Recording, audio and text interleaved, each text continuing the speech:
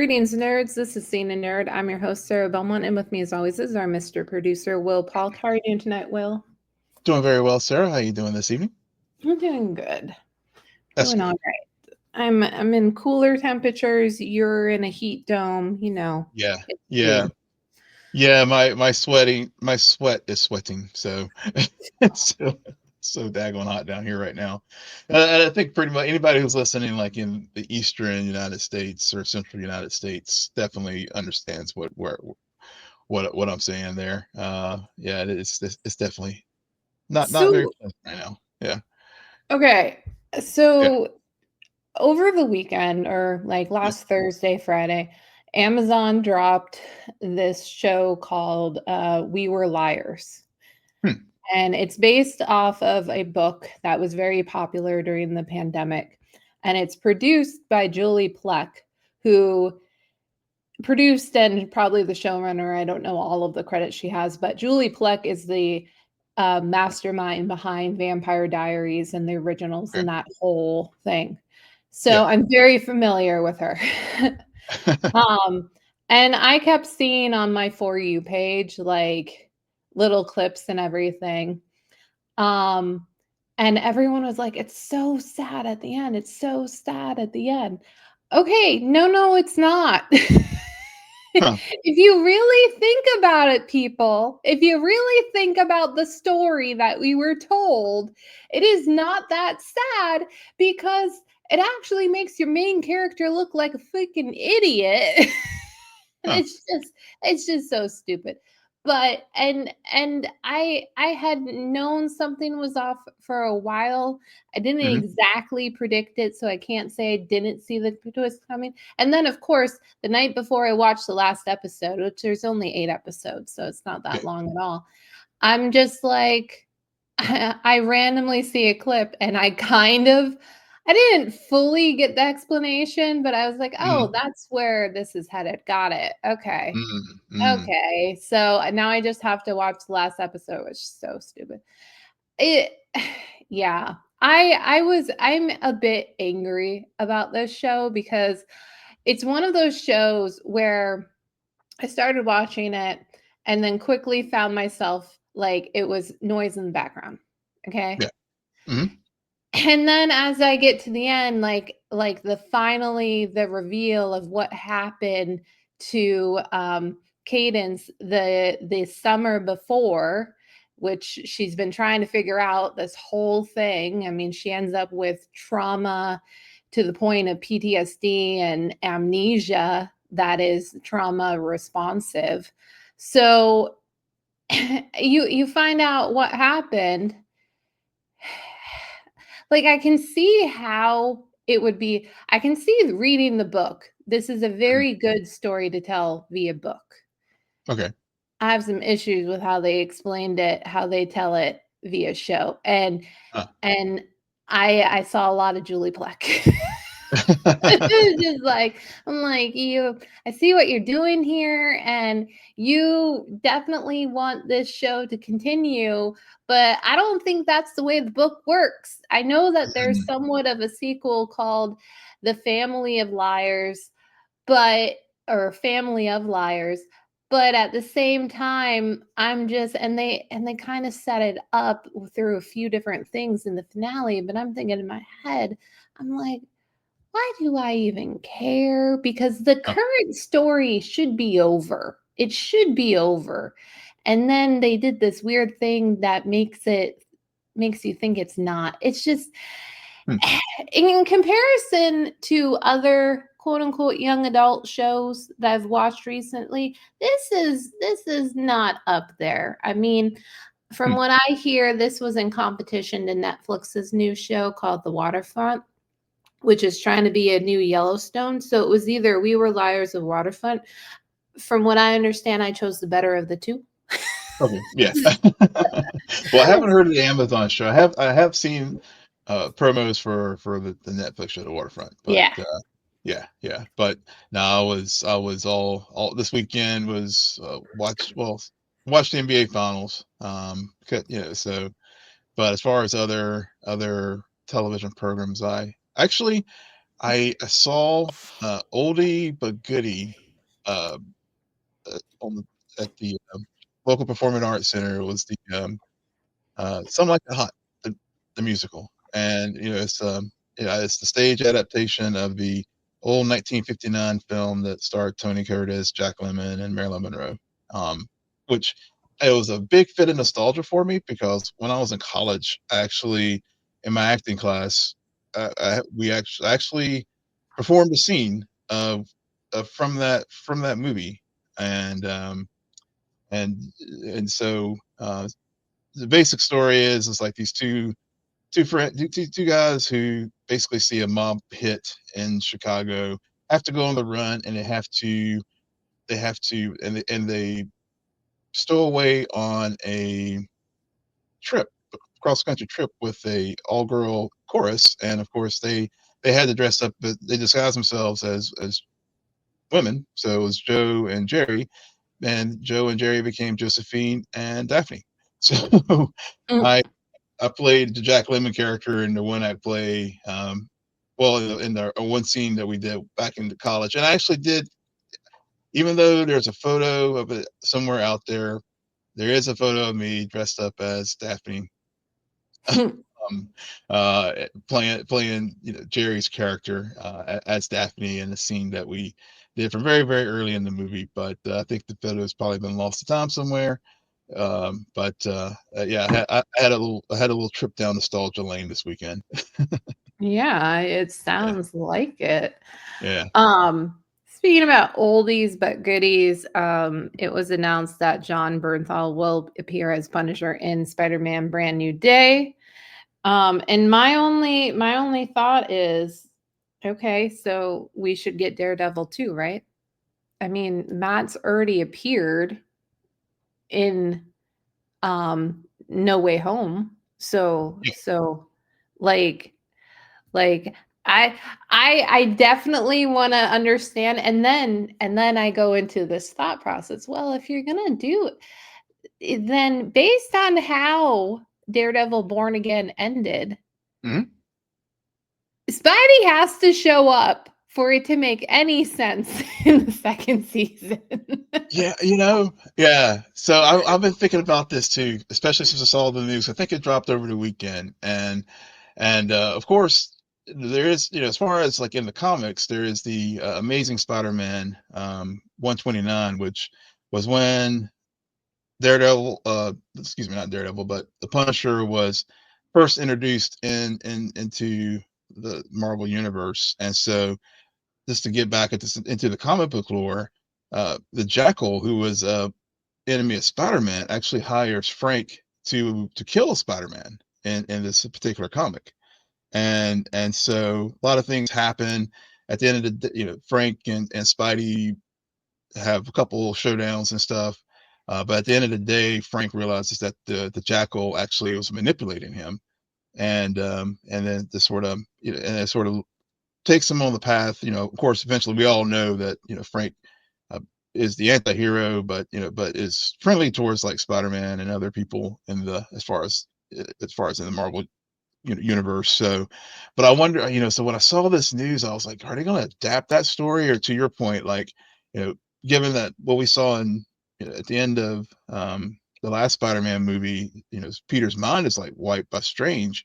Are they going to like have some kind of mentor mentee type of relationship, to fill in that void that, that Tony played, and then of course later Strange played in the MCU? So, I was just like, yeah, I'm starting a theory spiral too. And also to your point about, will he show up? Will Spidey show up in Daredevil?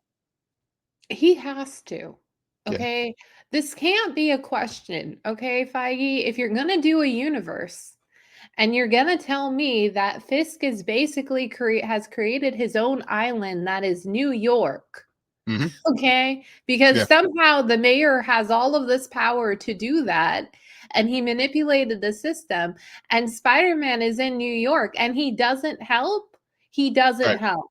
Makes no sense. Makes no Makes sense. sense. And Yeah. this is part of the issue with shared universes. But like you have to give us something, and then you can give us everything in Spider-Man: A Brand New Day. Yeah, yeah. And I might be making this up, but didn't this in this past season of Daredevil Born Again they reference Spider-Man? Or Yeah, am I right? yeah, Yeah, okay, that's yeah. okay, yeah. It, Yeah. like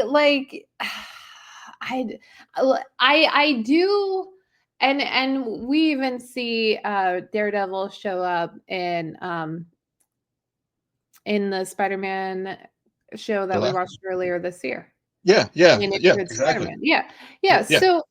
So like all the pieces are here. And yes, I am more curious about Spider-Man and Frank's dynamic than Spider-Man and Matt's dynamic. Mhm. But I just and also, oh, while we're taking requests, because obviously this is what we're doing here. Um, Karen Page. Yeah. Karen Page, we need resolution about what happened, Yeah. okay? And by we, I mean all of You. us who are still holding a torch for Frank and Karen, okay? Give us a damn kiss, people. See, this is where, I don't have any rooting interest one way or another with the shipping there, so I'm Oh, just sort of Will, like, you but it do. You do. You're yeah, on my side, okay? Just call it I'm on your your side. vote Okay. has already been cast. I've already signed it over, okay? All right. I handed Just over my proxy to you. Okay. yeah, Okay. I yeah. gave I gave you my proxy. Okay. That's the way this works. Okay. I mean, I have wanted the Daredevil crossover and we're getting it's just all the pieces are there. And it's kind of cool because Yeah. like, and I'm sure a lot of people have talked about this aspect of it, is that Tom Holland was shooting a movie with Jon Bernthal when he was doing they were doing the Spider-Man casting. And Right. so Tom Holland read lines with Jon Bernthal that Mhm. ultimately led to him getting the part. So it's very full circle, and then It that is. just tells me you better do some sort of mentor mentees thing happening, even though I don't this just means that Daredevil season 2 has so much setup, so much it has to do Yeah. because the Frank that we left off and we met in season 1, I hope he's a little bit more how do we put it? Before he goes and meets young Peter Parker, okay? I I hope some blocks are put in place, so to speak. So, Yeah. Yeah. um, and then the okay, okay, Mahershala. I love you. But you gotta let it go. I'm sorry. I see you in these Jurassic Park trailers. I see Yeah. you in ScarJo, and I'm just thinking in my head, what are they doing in that movie? And if I don't know. I don't know about this. I was if like how long ago was it announced? Now 6 years because it was announced in 2019, right? That's right. Yep. Yeah. Yeah, Yeah. it was Yeah. the last We great hurrah before the world changed totally. Yeah. completely. Yeah. So and he's still like you can play Blade's father.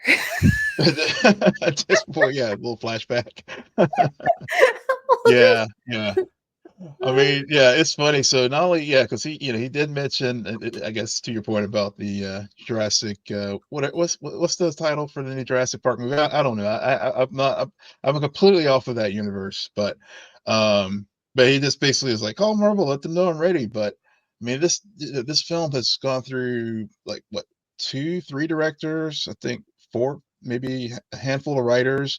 And interestingly enough, I think David Goyer, who actually wrote the Blade film back in the day for Wesley Snipes. I was reading an interview with him, and and of course, people now really associate him more with DC because of all the work that he's done. With uh, I think Man of Steel and some of Krypton and so many other um, DC projects. Also, that I think that other Suicide Squad movie too, the first one, not the James Gunn one. But but he did cut his teeth on. Blade. And as far as he's like, look, I'm here. If y'all need me to write a script, I'm here. So who knows?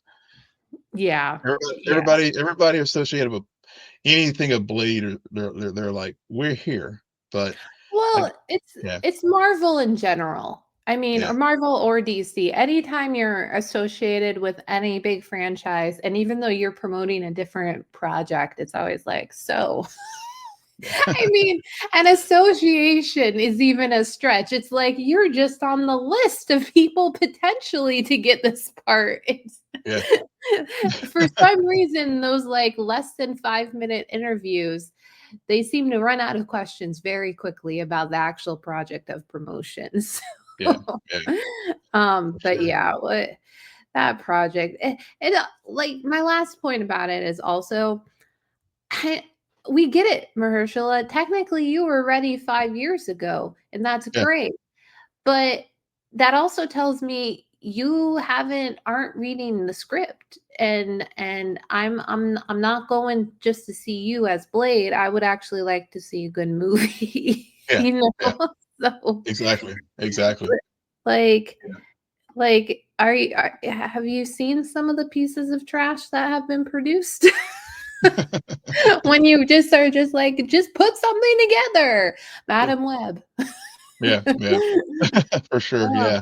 god. Oh gosh, yeah, yeah. Hopefully, well, I know next week we'll start talking about Ironheart, which Mhm. is premiering tonight, and seeing seen mixed reviews about it, but but I'm glad that a lot of folks are really just pushing it. I think fandom and just uh really have been pushing the advertisement forward. I will say, watching NBA Finals, given that it's all the that the it's all ABC is owned by Disney. I will say I Mhm. did see a lot of advertisements during the basketball playoffs, Yeah. uh, for the show. So looking forward to catching it uh, this week, and then I guess they're dropping first three tonight, and then they're drop the remaining three next Tuesday. So Yep.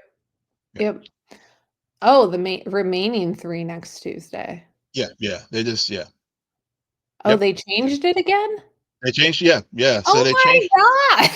yeah, yeah, so, yeah, I know we didn't get a chance. I didn't mention it on our show. I may have posted on our socials, but yeah, the slate is the first 3 tonight, and then the next 3 next week, so just That 2 weeks. actually works in our favor, so Yeah, I'm all exactly, for it does. it. I'm all Yeah, for it, I man. was yeah, I already adjusted our schedule. I was like, "Okay, we know our content thing Yeah. going into, the next 2 weeks going into Superman."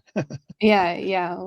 Superman, and then this other little film called Fantastic Four. It's just an Yeah, indie project. It's gonna yeah, be very just small. yeah, very, very small. Very, very small. Yeah, we July, is looking bright. Yeah, But before we get there, we have to close out the studio season 1, starting off with episode 8, The Golden Globes, which, out of the 3, this was my favorite episode. yeah, I I would agree. I love the ongoing gag of all of the acceptance speeches, thanking Sal. I really like that. I thought that was honestly so great.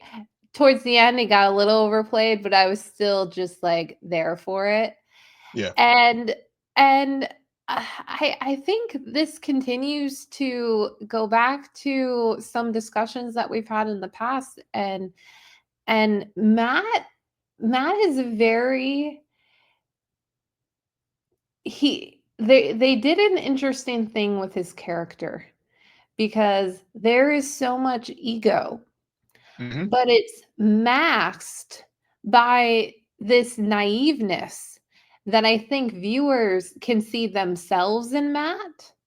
yeah, Um, while they're able to also take that good quality about him and then kind of twist it, and then also bring out the I'm the big man at the top of the pyramid Like like, I deserve respect, even though I don't know how to get it until I ask the other person and they tell me, "Well, you gotta write it in their contracts." Oh, yeah, that was It's there the was only so yeah, there were Yeah, so many things with that scene with him and Ted Sarandos, who is the CEO of Netflix. right. So, yeah, and yeah, that you're that to your point, that's one of the things that made this episode for me, probably of the bunch, my agreed, my favorite of the last 3 that we watched this week.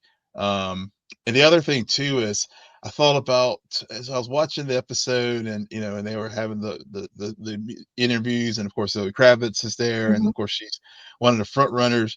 But, when Matt was walking on the red carpet and having the junket interviews, there was also like all the influencers. And I couldn't Mm, help yeah, but think about our conversation that we had last week, yeah.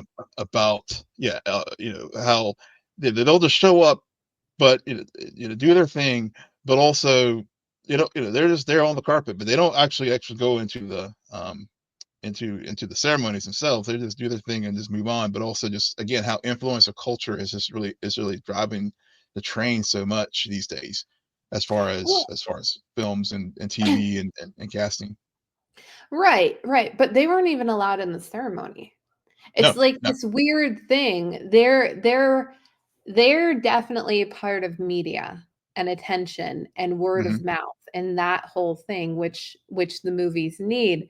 So you see Matt walk through and and suddenly it's like, "Oh, well, I'm used to the old media and how Hmm. but I don't understand this new wave of new media." And then I go through the Golden Gates and get into this place where these people I've worked with and I admire and like the artists, like all of this emphasis on him going to an award show where they Hmm. celebrate work. And Matt told us from day one, like his job is to decide which movies get made. Yeah. And so what we're finding over the course of the season and really drives home in this episode is like how much that deciding what movies get made is a big deal. However, does that really put you on the team of the creative Yeah. artistry that is filmmaking?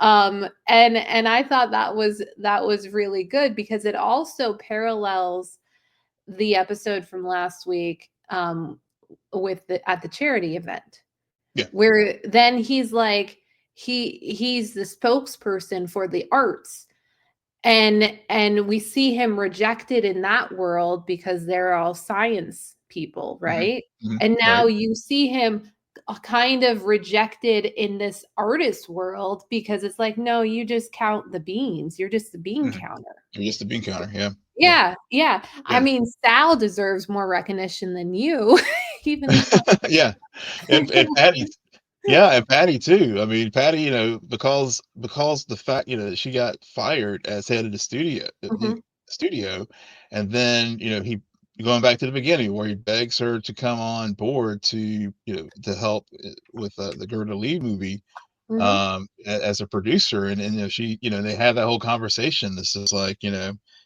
she can, because she is the producer and the creative, not she can go up on the stage and with the rest of the right. folks, but to your point, I mean, he's the bean counter, and so of course, going back to the comment that he and Sarandos has, it's like, Sarandos is like looks at him kind of incredulous, like, what do you mean you're part of the you're an artist? He's like, really, dude, you're a bean counter. Yeah, no, just don't Well, blur the lines. Yeah. right, right. I think it's also more like the old dog being like, "Oh boy, you have no idea. You haven't figured it out yet that Mm. like we're not fully in this circle." It's just an interesting thing considering this is a kind of a documentary style type show or workplace scenarios show that is centered around filmmaking, and yet the characters, the staff who we are following, they're not the artists. They're Right. not the actors, directors, or even writers. They're the producers who do very it's very hard to describe what actually is their job and Yeah. what they're responsible for. Yeah. I mean, you have Matt the executive who like makes sure, is that is bean counter, the big the picture Patty, the studio, she's a producer. So, so yeah, it's making sure that the production runs on time and helping to acquire the talent and Well, yeah, but she's not to produce she's the not a casting director either. no, no, Yeah, but the producers, they do a little bit of everything from what yeah, I understand, they do. but Yeah, they also like, it varies, and then you have executive producers, and then at the end of the day, they're just the people who end up putting money forward to fund the project. right, right. Yeah. Exactly. So Yeah. So they're yeah. the Amex card. Yeah. The other thing about this episode that I find, and of course I'm saying this as Zoe Kravitz appears in all three of these episodes. It's Mhm. an ongoing thing. Um, I noticed that if you think about it, over the course of this season, he Seth has pulled in more director talent Yeah. than any other like actors, or even when he brings in actors like Mhm. Olivia Wilde or even Zoe Kravitz, who directed her first movie last year with Blink Mhm. Twice.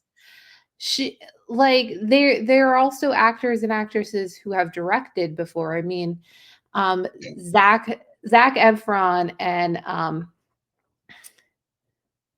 the Franco brother, who I'm blanking on his Dave Dave Franco? Franco. I was gonna say Dan for some reason, Yeah, but yeah, Dave Franco. yep, Those 2 make sense because of their relationships with Seth Rogen.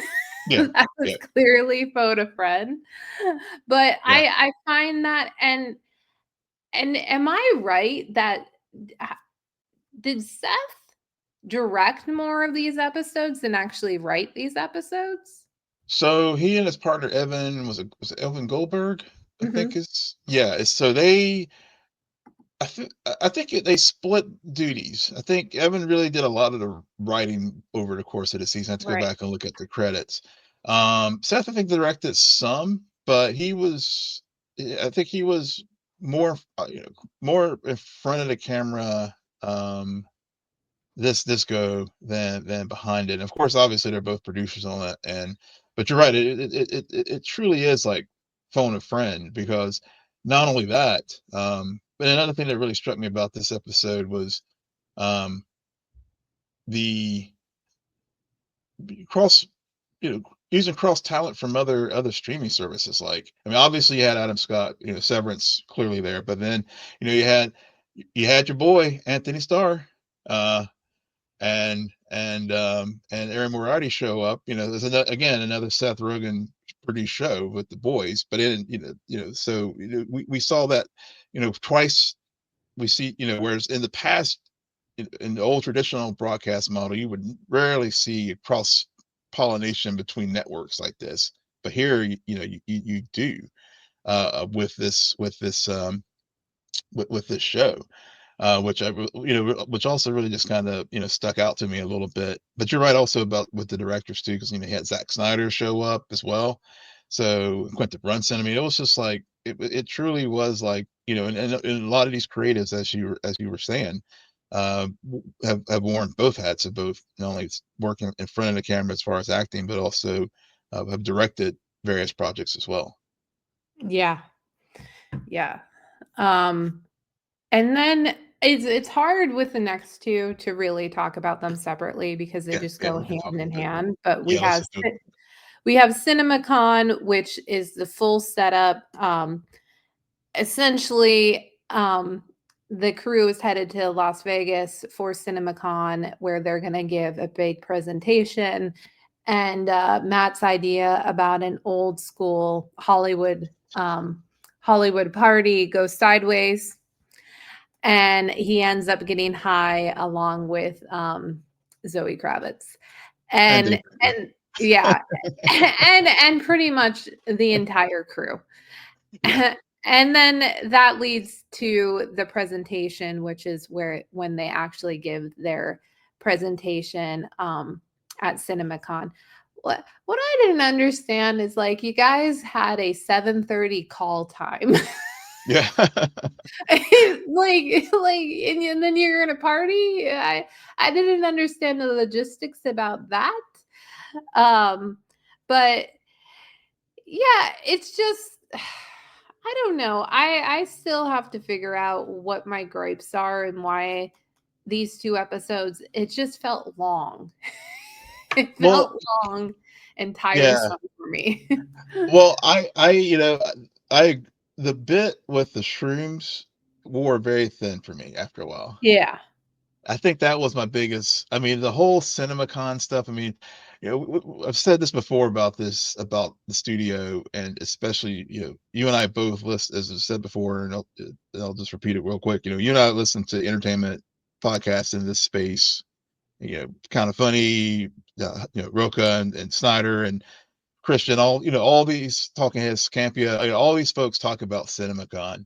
So it's kind of, so it was interesting, and I was listening to the Ringer um, TV. They had Matt Maloney who hosts the talk podcast. He's an actual entertainment reporter who actually appeared they had him voice a couple his things during the season, and then he actually showed up in this episode because they're trying to keep Griffith away from him.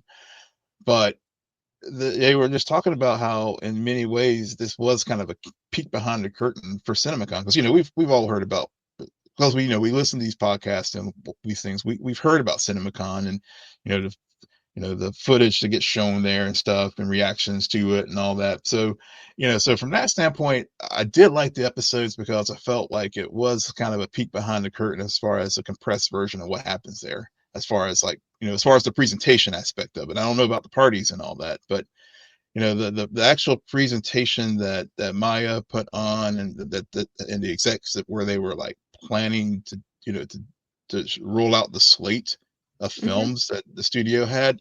I did get a sort of flavor like, oh yeah, I read all about this. So I think, so if that's how it is, because CinemaCon is where the studio showed to the Motion Picture Trade Association, the theaters, I should say, movie theaters association, where they preview the films for the year. So I did like that aspect of the episode. Yeah, I'm right there with you where I like the concept of it, but Yeah. the shrooms of it all, and then the Yeah. Griffin part where and I love Bryan Cranston. I was like not in on this gag that would never end. Yeah. And we knew that they would pull it off, and I I don't know. I kind of feel like what was also missing was it kind I don't know how you're gonna feel about this comparison, but I'm gonna throw Go it ahead. out here. Yeah. Yeah. Go ahead. Honestly, looking back on it, I think my feelings are just all a little ambiguous because it reminds me about The Bear season 3. Mm, that's good. Yeah, that's a very good call. Very good comparison. It's hard to see, like, okay, well, now we're at the end and we have this big, like, technically part 1 and part 2 finale, and yet, what has Matt learned? Like, what has the arc been? And granted, this is season 1, so it's more about all of these characters and really for us to understand what's going on, Hmm. but I still feel like he thinks he's a bit more of an artist than he should. Yeah. It I don't know what overall his arc is, Yeah.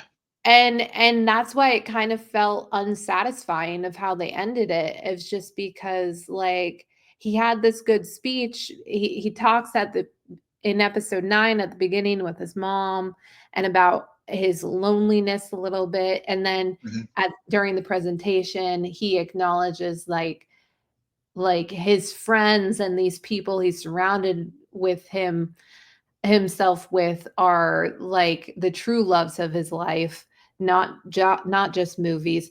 But I don't know, it didn't land the way I needed it to. And I think also over the course of this season, for it being a comedy, and these days, especially with the streaming ones, I mean, to bring up The Bear again, you comedies are good not just because they're able to get you to laugh, Mhm. but they also have the tendency to every now and then give you a sad clown Mm. and really hit you with a big dramatic moment that is like a gut punch. Now maybe that's like maybe I'm thinking about long-term comedies where they pull out those kind of things in seasons 2 or 3, but at the same time, I don't know, I feel like this show mechanically has a lot going for it, but substantively it's lacking a bit in terms of like, okay, well, I went on this ride. I don't Yeah. really know where I ended up though. Yeah. Well, yeah, and it's interesting that you say that because, when I look back on this show, and maybe it's part where you're talking about like an arc or Mhm, journey or whatever. It's on the one hand, I felt like in many ways this first season was very episodic, mhm, where there was no like, you were saying like, where was the growth or where was the evolution or those kind of things. To me it was like even though they were like, because whenever we first started watching it, like with the Kool-Aid film, it wasn't like it was a serialized. We start from the casting and then we go to this and we go to that. It wasn't like, every episode had its own like sort of standalone story. Yeah, there's like the bigger issues going on with the studio behind it, you know, but it wasn't until like really these last three where it was sort of like, okay, yeah, we're pulling, all these little things that happened throughout the season. Now we're going to pull it together, and then we had this two-part finale that felt like a kind of a serialized story. mhm. Um, so it felt like for me it was kind of like all of a sudden it felt like it was like a hard pivot from like episodic to like almost to like, oh yeah, we did have this sort of through line throughout the season, as far as, well, not Yeah. through line, but we did have these underlying stories, and they just all kind of wrapped them up in a little bow here at the end with the CinemaCon and the presentation. Well, I don't even know if it's um because okay, one of the better episodes of the season is the war, okay, Hmm. between Sal and Emma. Um and I got her name right, right? Sal and Quinn. Quinn, Quinn. Yeah, yeah, Sal and Quinn. yeah, They and yet when I think about it, it's like, okay, so we never like that was episode 5. We never circled back to them. I still yeah, don't know. yeah. And that's what I meant by it was like episodic. It was just like, Yeah, it's yeah, but what I was getting at is like even when you say stories like wrapped in together, I just look at them all as callbacks, like callback to this movie yeah, because of course it's a studio. Like yeah, they're doing so many different projects that are all at different states in production that you're gonna get. I thought it was a clever thing to do to sprinkle in like those names and then bring them out as like this is our new slate of films, us mhm, knowing like where they are in production. I mean, Blackwing hasn't even filmed. It's just like this is the announcement yeah, type yeah, of deal. But yeah. it's still character wise, like not even putting Matt out of the picture, all of the characters, the ensemble didn't really have a clear arc either. So that's Yeah. looking at season 2, that's something that I hope that they develop more of, Mhm. especially with Matt. And now that they've established the team, the workplace, what Continental is, I want to see more of an arc. Yeah, yeah, I can see that. I mean, yeah, I mean, I think the other thing too is just, will they follow up, for example, like, one of the big things they dropped in this episode was the whole um issue of the studio possibly being bought by, by a tech company, which is kind of, again, another meta reference given that the show is airing on a tech company, but, platform. But, those are some of those like, to see what the fallout, like you said, from, and when I think about it too, it's like, okay, you drop this big bombshell that like you're trying to hide that they're trying to keep the, Matt Baloney from like finding out that Amazon or was thinking about buying Continental. Mhm. And um, will they follow up on that? And because it seemed, that it seemed like the presentation went really, really well. And yeah, and so will they follow up on those kind of things? And like you said, some of the callbacks to some of the earlier stories, will those things start getting pulled forward, or were they truly just one-offs that happen and we just won't reference them again? Right, right. I think they'll follow up, from what I've seen. I don't know how they're going to do it though, and um, I had a thought and I lost it. I hate when that happens. But I think they have some good follow through. Yeah, yeah, Um, yeah. I mean, one thing that did, as far as like stories and just, well, thinking back to episode 8 with the Golden Globes, was Matt and Patty's conversation about like when she was crying in the car, and I did like how they did, show that kind of low. That was, I guess, if there was like a lowest point for like Matt in the season, that was probably it. Whenever he was, he leaves the awards show, and then of course, with the presentation at the end there, and they're, he's bailing out Griffith after he like, uses the Kool-Aid rig to come down and stump there on the with the teleprompter or movies. That was sort of like that celebratory moment. That so I like the way that the season ended, especially when he had that earlier low that he had, was he was just, alone in his limo, just crying away. yeah, yeah. Yeah, Or after Ron Howard yeah, verbally assaulted him. yeah, yeah. Or after he leaves a charity event Oh, ambulance. Yeah, that was in an pretty. Yeah, ambulance. he's had some pretty low moments. Come to think of it, now that you I say feel that. like I feel like every a lot of the episodes end with Matt alone and in a Yeah, bad situation, yeah, mentally, physically, yeah. same True, old. true. Yeah. Same old. And he had Yeah, his triumph at CinemaCon. yeah, yeah. Yeah, He definitely had a moment of triumph then. yeah, And that's really, now that I have my thought back, is that yeah. something that bothered me Mm, is, okay, they find out that there's an offer for Amazon to buy the Continental studio. mhm, mhm. And so then they think, but if we deliver a good presentation, that deal will be done. I I don't understand that No. logic. So no, if it had flopped, so that their idea is that Right, if right. yeah, Like, yeah, that if it had flopped, then that deal would be done? yeah, yeah, yeah, well, I think the biggest thing is I But guess, they didn't yeah, wanna be bought by Amazon.